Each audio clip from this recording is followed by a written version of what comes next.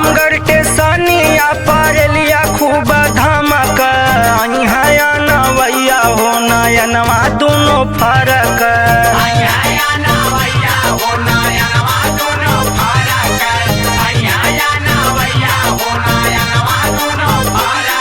नयनवा दोनों फरक नयनवा दोनों फरक यहाँ नवैया हो नयनवा दोनों फरक।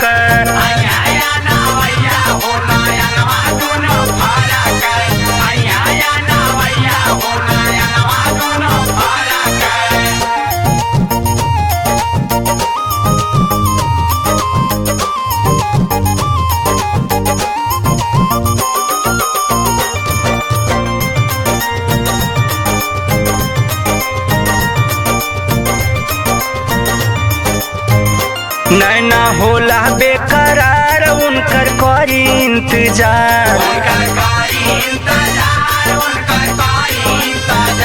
इहे इच्छा बा हमार मिली है करब खूब प्यार।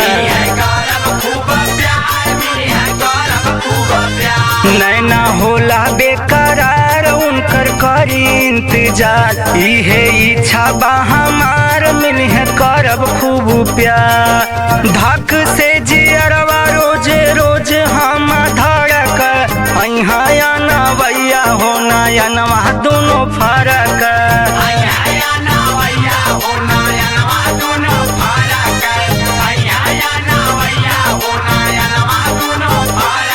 नयनवा दोनों फरक नयनवा दोनों फरक यहाँ नवैया हो नयनवा दोनों फरक।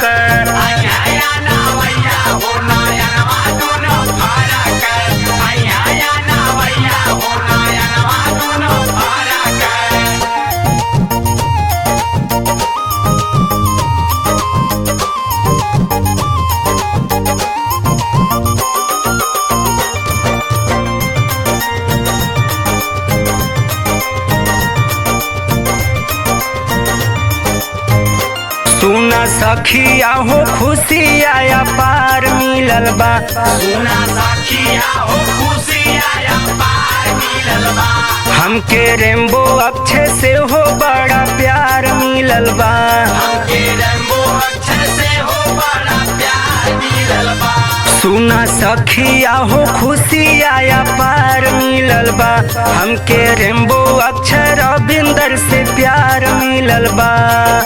ओना कर सूरतिया रखल दिलावा में गढ़ी के यहाँ नवैया हो नयनवा दोनों फरक।